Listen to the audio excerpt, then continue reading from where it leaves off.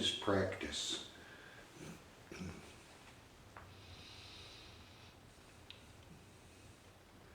Practice is coming to peace. Coming to peace means recovering your peace. Recovering the condition of original peace. The body's condition. Beyond the instincts. The body's reality is clear awareness.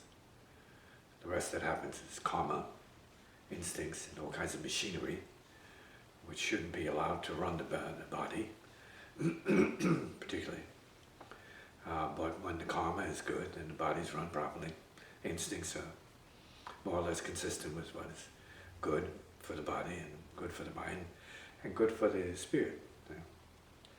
And so, and life is not always easy on individuals, so it can bring about hardship. And it's why some people say that life is hard and they need other people to help them out. See, because they need help to help themselves to integrate. And I think practice is about integration, and I think breathing is really about integration. Certain traditions call it mindfulness. I call it just basic integration. See, body-mind integration by way of breath. And I was talking earlier concerning the changes my body went through as a child when I would be playing the drums.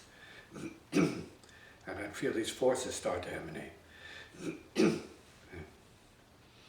And what I realized later on is that the Kundalini was uncoiling and was rising up the spine. And these kinds of experiences I was having were part of that process, say, spontaneous awakening, releasing of the Kundalini energy, the fire in the back.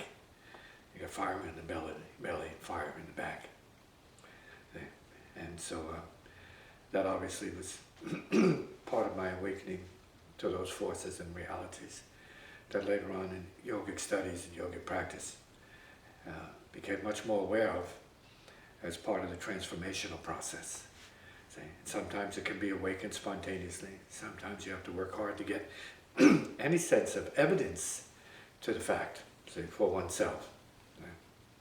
And so it doesn't make anybody better because it spontaneously arises. It means that you probably have to get busier sooner as a result of it, because it's not about that. But that's part of the burn-off that enables you to do what it is all about, which is to come to terms with being a relatively peaceful, balanced, centered, clear heartbeat. I think that's what I'm talking about, see, bringing communication heart to heart to one another. This is what practice is about, recovering, because our original nature is that potential. Our potential is there already. So, should peace be seen as a goal? It's not as a goal. A peace is, as I said earlier, an original condition. It's original, the basic peace of the body, the peace of being, in fact, is the peace of beingness. Without beingness, the body wouldn't be here.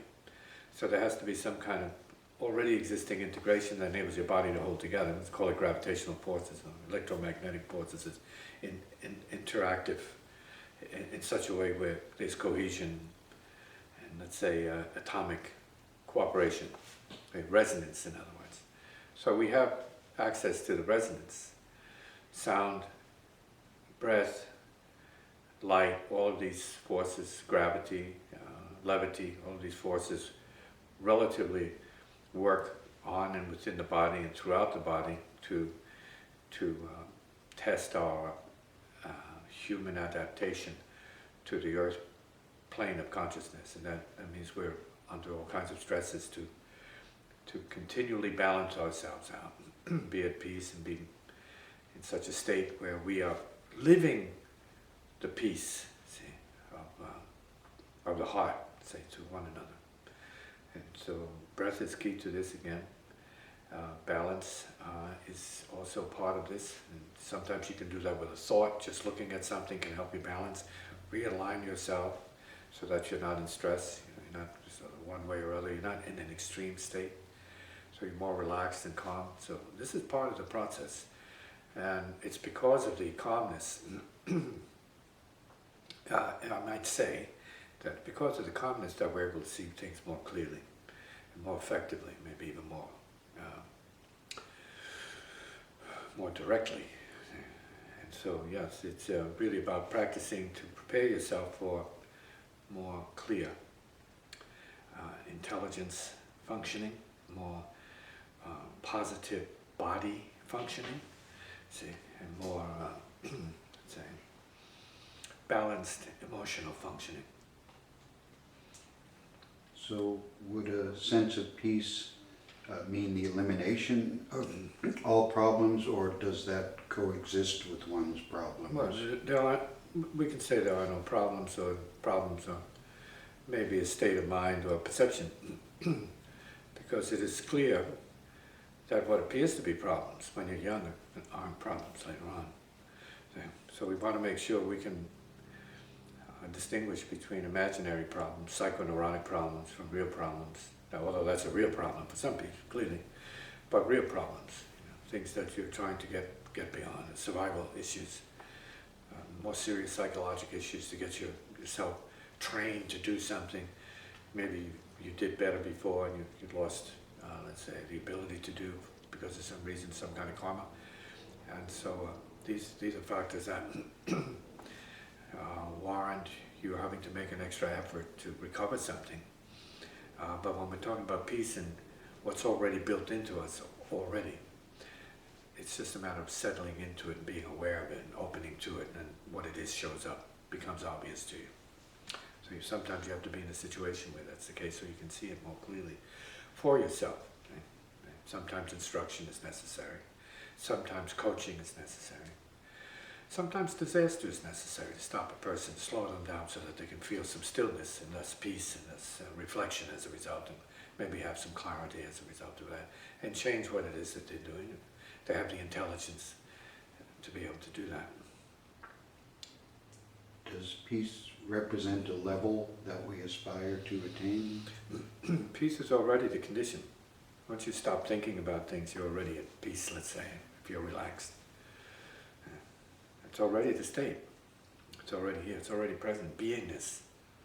Okay? That's why many of the traditions, not even religious traditions, but scientific, efforts and artistic, musical efforts, dance efforts, all concur with this point. You need to relax, settle down, pull yourself together, integrate, focus, get your job done. It's the same. So it's a natural thing, it's not religious particularly. It's a biologic functioning that we have, brain, body, heart functioning. And that's why I say it's integration. Integrating them, putting them in alignment, causing the resonance to be where it needs to be for peace and harmony, good feeling, ability, forward motion to be the case, creation, creativity, expansion to be possible, once that alignment is there. Is that something that arises from deep breathing? Deep breathing is key to all of that. Yeah, deep breathing. Clear breathing, deep breathing. And as I was saying earlier, when it happens spontaneously, and it does happen spontaneously, people should take note that breathing is keyed into this process of opening and expansion of consciousness and healing at the same time. So in many of the, practically all of the meditation technology that's available today, breathing is key to it. It's key. First thing, relax. And that should be the first thing they teach you at school, so relax. All the kids say, first grade, relax. Say, kindergarten, relax children, come on. We're going to do some yoga now. Relax and breathe and become better acquainted as good spirits with one another. And fighting will disappear to a certain degree. Say, minimize for sure. And people can learn to get along from the first time they get into school. Right? Yoga at kindergarten, right? Not that that is the primary focus, but certainly having the children learn some kind of basic body-mind alignment and relaxation and get them to a level of appreciating their own being and appreciating their community and their student body, friends, the other children. I think there's a way of bringing that to some kind of fruitful result. People care to do that, so we're not teaching the kids to do anything, to stop doing, and there it is. Is passivity equal to peace? We have a semantic issue there. Passivity, being openness, could be considered passive, but it's really about active. The idea is that to have a peace so that you can function. See? So we're saying that peace is the foundation upon which everything else is created. So you need sort of kind of brain wave activity, operational, say, active, say, which enables people to create. See? So that means that certain things need to be cleared. Creation then in this case means a certain kind of flow, creative flow. A creative flow implies unobstructed conductivity of energy or intelligence or light or knowledge or being, say, feeling, sensing, hearing, seeing, tasting, all of it. Okay. So we're talking about openness. It's not passive. It would seem to be passive active. So you're receiving so you can do. So it's not passive to a fault. It's passive as in virtuous terms, appropriate, necessary. So, that just means being receptive. So we say a person's receptive, he's listening. That might mean he's a genius musician. It might mean he's a lazy do-nothing. We mean active, we mean creatively receptive, more than just a bump on the log, so to speak. How does one apply intelligence to openness? Openness is intelligence. That's why I say sometimes car wrecks are good. Because they break you down, they stop you, they shock you. And you're receptive. And not just to what happened, but you're receptive to more. You can actually understand yourself under such stressful conditions where you're shocked into some kind of recognition, self-consciousness.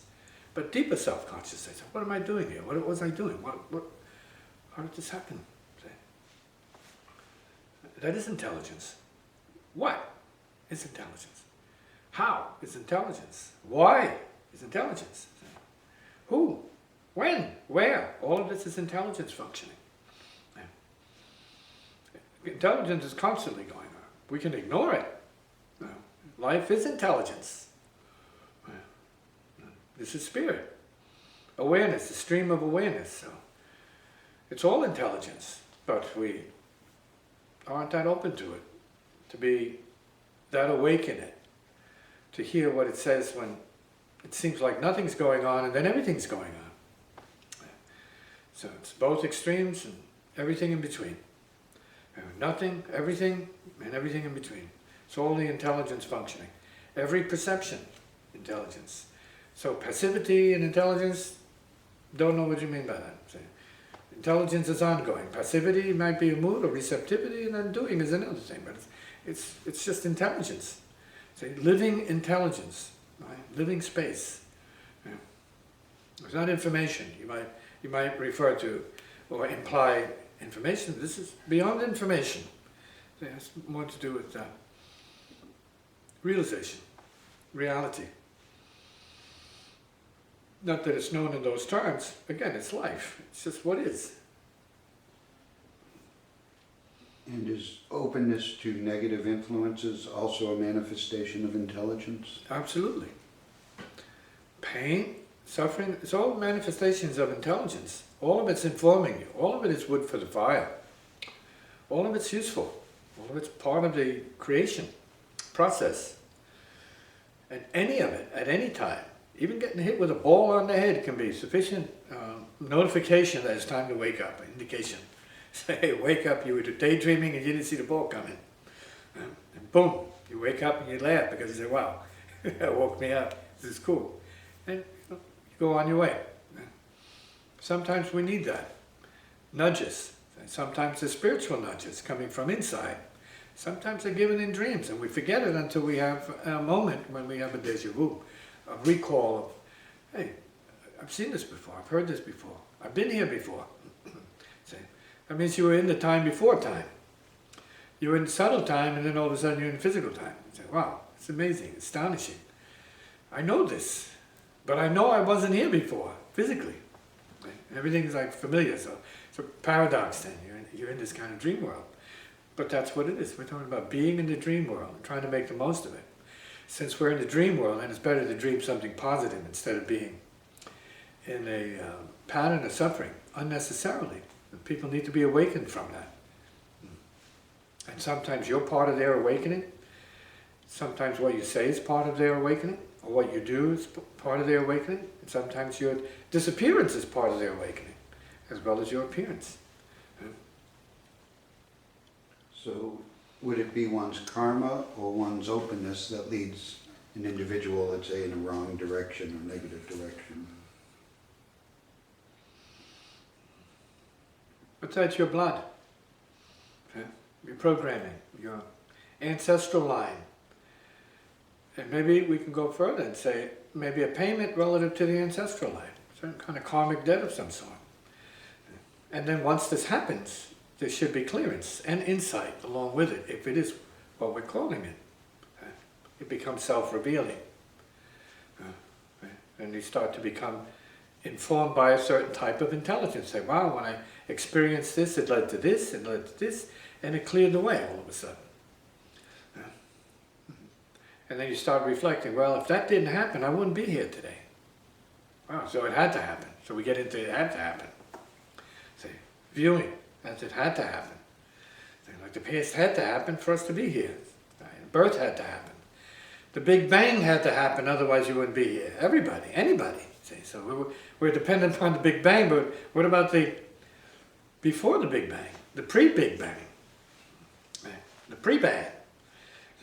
That. Maybe that's the cause. But they don't know it's the cause. That could be the cause. What they can't figure out is the cause. What they can't see, what they can't comprehend, could be the cause if you need a cause. Nevertheless, here we are, because nobody knows the cause. So that would suggest that regardless of one's direction, it's all towards the spiritual ultimately. Well, it all is the spiritual, ultimately. But we don't know that easily, see. We can know that as we relax and open to what life is, what it is, see, in the present. Settle into the peacefulness of what it is, then it can become obvious. Openness gives you a wider view of what's going on, enables your intelligence and your circuitry to function better. Uptightness is counterproductive, self-defeating. That's why everyone will tell you, if you have a problem, you settle down, relax. So you can come to your wits. Gather yourself, collect yourself. So this is part of the process, opening. Then there's a time to tighten up because you got something to do. But sometimes it's open, tightening up. So, you gotta have an openness to tighten up and an openness to know what to use with your tightness. See, like force, bringing your force to bear, whether it's in sports, whether it's in music, whether it's in one labor or other. You have to be open to getting the job done. So openness and job, let's say performance, are coinciding. You have to be open to it. So they're separate functions, and then we're talking about radical openness relative to the spiritual dimension. The inner consciousness. So you're not just a body, right? You're not just that. You're at the command post, so to speak, which is what you're born to be anyway. And there's something referred in all the traditions to that fact. See? You are the commander of your life. It's up to you. And you better control what you need to control, regardless of what idiots tell you to the contrary. Right? If you're not in control, who is? Just the body? That's not enough in this world. You can't say that in a court of law. They're not going to. You're gone. You're gone. No excuse there. Now, of course, if you don't have the intelligence to know that, then They might be merciful in a manner of speaking because you don't have the brains to know better. As long as you have the brains to know better, you know what you need to do. You need to do what you have to do, right? It's that simple. You do it. See? You have to control yourself. And you're going to pay for it one way or other. It's better than to have a sense of balance and openness to what needs to be done. Sometimes to gather the right data and clear direction for what needs to be done requires openness. That might mean patience. That could mean balance. That could mean a certain kind of moment, not so much of hesitation, but just waiting, knowing that the time is coming, and when it arises, you're ready to move on it and act on it and do what needs to be done to perfection, say, without hesitation. It's like a performance. It's not time yet, you're behind the stage, you're coming out on the stage, you know the time is coming, and then you're going to have to hit it right at that moment. You're going to have to get the show on the road, get it going. And it's happening. And then you're there in the happening, you're happening in the happening, and you can't get in the way of it. And it's stressful, but then it's easy, because it's what you do, and you're okay with it. It doesn't matter if it's one kind of show over another kind of show. It's all the same. You have to be open to it, you have to make the effort at the same time. Not a paradox, just reality in completion. Can we come to peace by way of the example of someone else's sense of peace?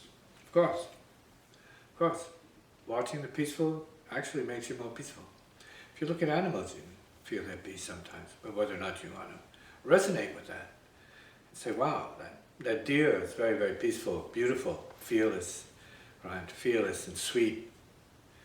Perfect. Being, innocent being, or just a basically harmless being. And so you can take something from that. You also see that in a lion too. When a lion's had a big meal, you see it's content, right? And licking its lips and yawning and carrying on in certain ways. The lion has its peace, graceful peacefulness, right? And its ferocity and lionness as well. Yeah. You can take it from anything. Look into the sky. You want to see something that's pretty still. Look at the sky. Okay. Look at a tree. Okay. Look at a blade of grass. See, it's all around. The peace is everywhere. See. Just need to know how to relate to it, how to sense it, how to resonate with it, and be it. See, be with it. Okay. Would fulfillment of desire be a path to peace? Fulfillment of what desire? Killing peeps? Yeah, that could give you some sense of peace, because in your mind it's some kind of accomplishment, right? Yeah, so desire, yeah. Agony, you mean, right? Inner agony, yeah.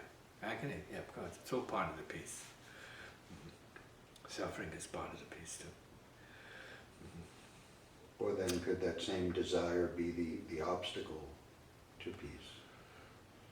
Many would say desire is an obstruction, but then depends. Maybe you desire being desirelessness, so it's partial obstruction, it's not really an obstruction. The desire to be compassionate may be an obstruction. The desire to help all beings and stop, famines, by doing something with agriculture, so famines seem to disappear. And if we're talking about eliminating hunger, starvation and so on, there are adaptations that can be taken to more or less satisfy that, relatively speaking. Yeah, so we can do something about it, no question. You can do something about it if you move to do it. Yeah. And that's what you might be here to do. And you might realize that you can be open to it and be completely open to it and wind up going to a third world country in the near future, and with bundles and bushels and huge bags and containers and all kinds of, because you might say, means to feed the starving in the world. It's a possibility.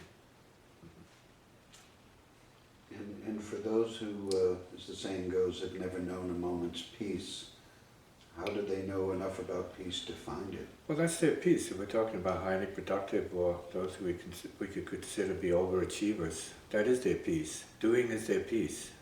Because if they can't do, they're going to be stressed out.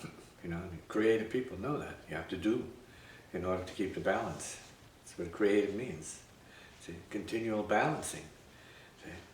So it's to be able to be part of the alignment with the creative flow that you're born with or that possesses you.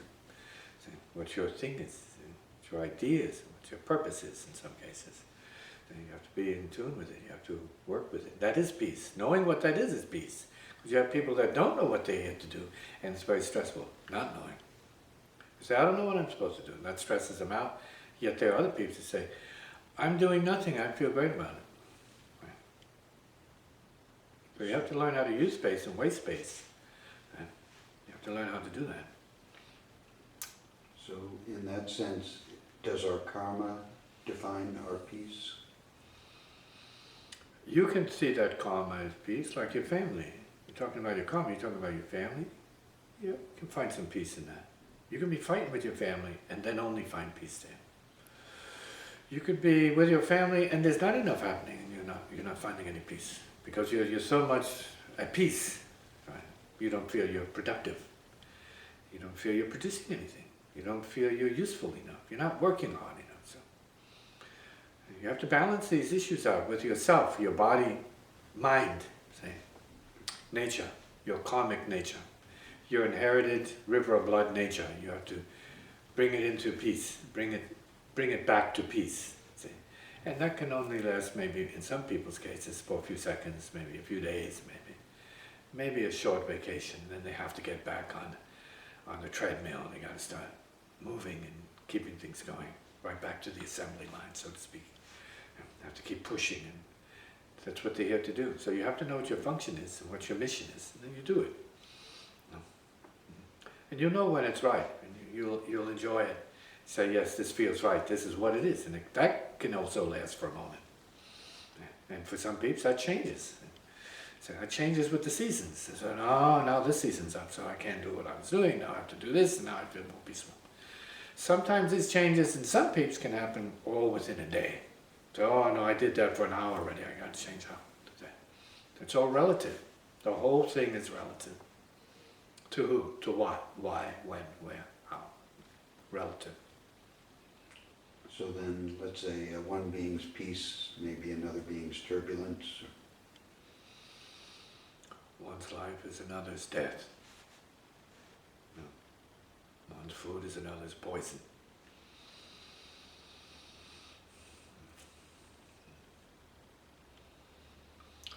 Do we always know when we've found our We peace? hope so. You better know, because who's going to know if you don't know? You better know.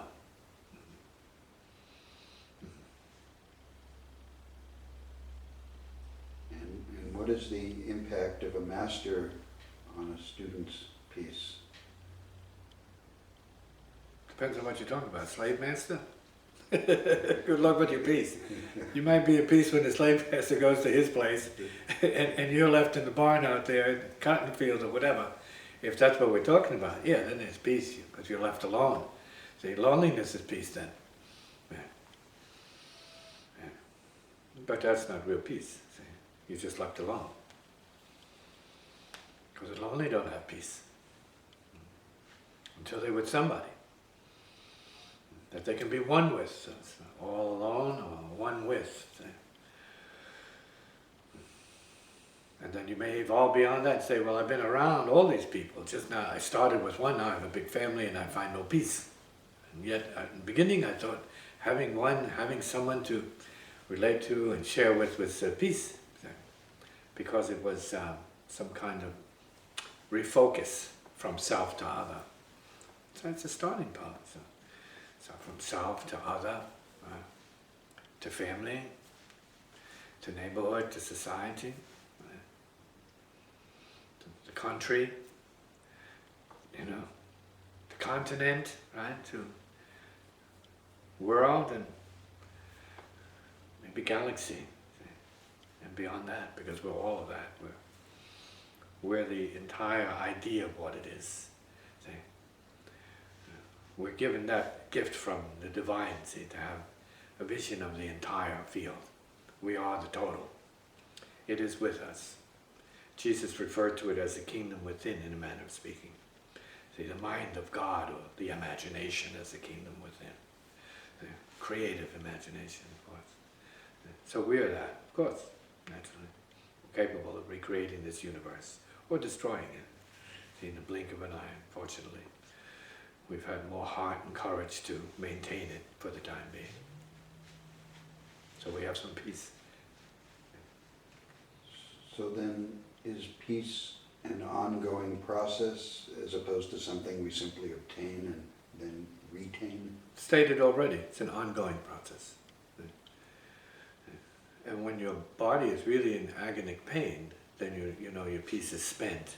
But you have to find peace with that, because even under war circumstances, which I can recall from different things I learned about relative to the Vietnam War from friends. They were in agony, blown apart by mortar fire and or being shot up, say, by shrapnel, debris. And they had a lot of pain, and then all of a sudden, in a blink of an eye, they felt no pain. And they felt, even though they had lost limbs, that they still had it in them to pick up something and fight back. See? So we're talking about something, different levels of consciousness that show us that peace is beyond the body. It really is beyond the body. When you can't feel the pain that you see you should be in. It's a good question. Where is peace? Even under the worst conditions, you have maybe profound peace. And so peace is available. We don't have easy access to it all the time, but it's there. So then peace is beyond all conditions, ultimately? It pervades all conditions. Peace is presence. Stillness, it's like awareness is beyond all conditions. There's awareness in life, there's awareness of death, there's awareness in death. There's awareness after death as a moment of passing from one dimension to the other. See, and then there's awareness in back to life. See, it's all awareness. People who have had out-of-body experiences have, in some cases, depending, recollection. Moving beyond the body, way beyond the body, thinking they're never coming back to the body, and then coming back to the body. And the body, at the same time, is considered dead. Brain dead, no waves. They come back. That's as natural as anything else. It happens enough for peace. We are not the body, and yet everybody says, "No, we're the body," because right now we're talking from the body. Yeah, okay. So you are beyond the body, then you know what that reality is. See? So ultimately, is peace... Remember, it's our etheric connection with each other that enables us to perceive, and that means beyond the body. Perceive beyond the body. Beyond the body means looking up into space and seeing exactly what's happening for other people to confront for ourselves. What's going on? Whether it's an intergalactic collision, which is happening right now. We have galaxies in collision, right? And certain observatories and observation mechanisms and apparatuses are seeing this. They're seeing the galaxies in collision. Saying, "Wow, amazing! What is this?" But we're aware of that because then we are the galaxy in collision. Our awareness embraces all of it. Galaxies out of collision, galaxies in collision, universes out of collision, and universes in collision, all at once. So does increased awareness lead to increased peace? Not necessarily, no. I don't understand why quantification would have anything to do with whatever peace is as reality. If it's the basis, if it's the static condition of reality, clear, let's just say clear being, clear. Radiance is what I use. So everything else is added onto that. That doesn't eliminate it for what it is. It can be buried under everything else. And you put layer upon layer on top of it, maybe bury it into sort of like disappearance, say forgetfulness. But then it's a matter of waking up or being reminded, say remembering, and then it's back because it never left. Reality is always there. This is like your true nature. If you ever get to it, you see you never left it. And it's all there is. In the meantime, you have mind and perception and karmic conditioning, and all kinds of other things going on. It gives us a sense of, well, the experience and perception is more real than source. And that's maybe one of the mysteries of life and consciousness that each person, individual being, has to grapple, comprehending as it arises in their case.